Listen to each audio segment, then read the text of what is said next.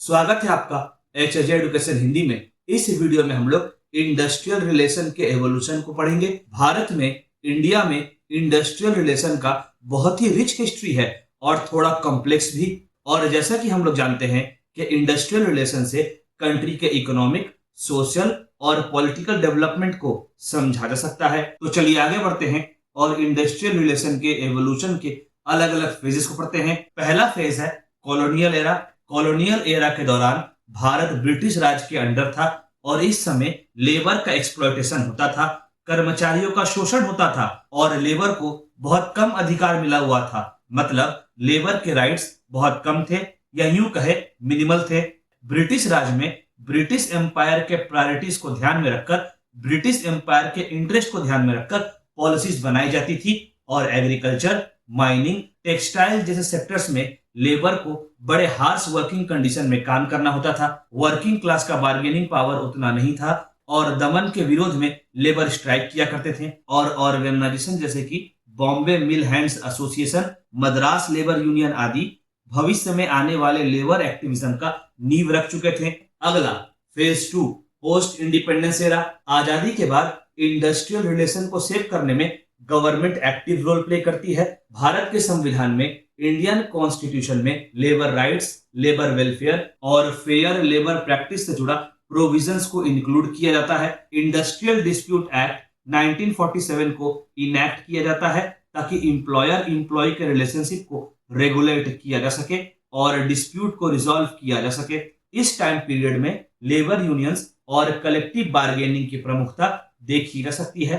Collective bargaining वह process होता है जिसमें लेबर यूनियंस के माध्यम से काम से जुड़ा, इंप्लॉयमेंट से जुड़ा अलग अलग एस्पेक्ट्स को इंप्लॉयर के साथ डिस्कस करते हैं। आगे ट्रेड यूनियन एक्ट 1926 को अमेंड किया गया ताकि लेबर यूनियंस को रिकॉग्निशन प्रोवाइड किया जा सके। इस समय में बॉम्बे टेक्सटाइल स्ट्राइक 1982 देखने को मिलता है जिसने लेबर इश्यूज को हाईलाइट किया। और इतना ही नहीं, इस स्ट्राइक की वजह से लेबर लॉज और पॉलिसीज में रिफॉर्म भी देखने को मिलता है।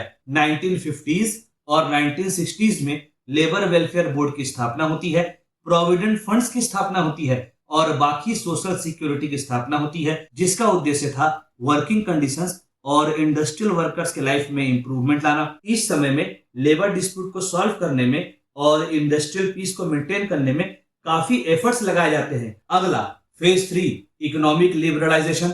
1991 में जो इकोनॉमिक लिबरलाइजेशन रिफॉर्म आता है उसकी वजह से भारत का, इंडिया का इंडस्ट्रियल लैंडस्केप में काफी सिग्निफिकेंट शिफ्ट देखने को मिलता है। इस टाइम पीरियड में भारत में, इंडिया में इकोनॉमिक लिबरलाइजेशन पॉलिसीज को अपनाया जाता है जिसकी वजह से इकोनॉमी में प्राइवेटाइजेशन, ग्लोबलाइजेशन और डीरेगुलेशन देखने को मिलता है। असल में प्राइवेटाइजेशन में गवर्नमेंट का प्रॉपर्टी या बिजनेस का ओनरशिप गवर्नमेंट से प्राइवेट के पास ट्रांसफर हो जाता है और डीरेगुलेशन में किसी पर्टिकुलर इंडस्ट्री या सेक्टर से गवर्नमेंट अपने कंट्रोल को कम करती है या कंट्रोल हटा लेती है।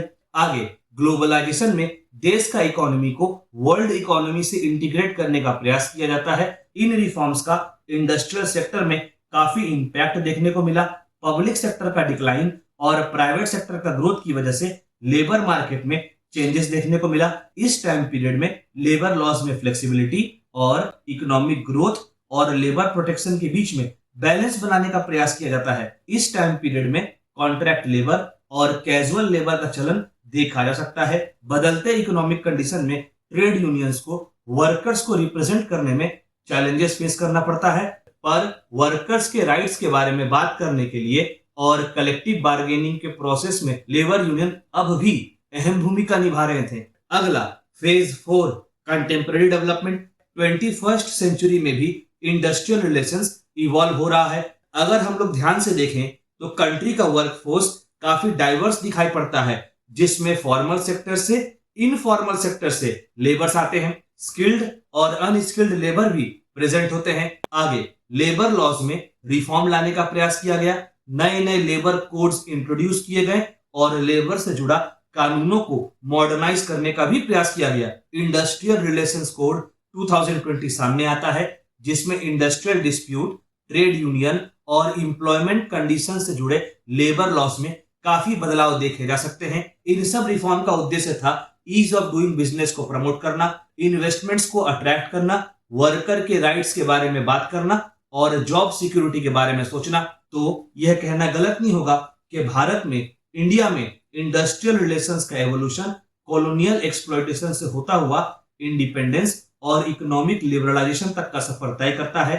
बदलते इकोनॉमिक और सोशल कंडीशंस की वजह से गवर्नमेंट, लेबर यूनियंस और एम्प्लॉयर का रोल भी इवॉल्व होता है। भारत, इंडिया लेबर मार्केट के अलग अलग प्रॉब्लम्स को सॉल्व करता जा रहा है और लेबर प्रोटेक्शन और इकोनॉमिक ग्रोथ के बीच में बैलेंस बनाने का प्रयास कर रहा है।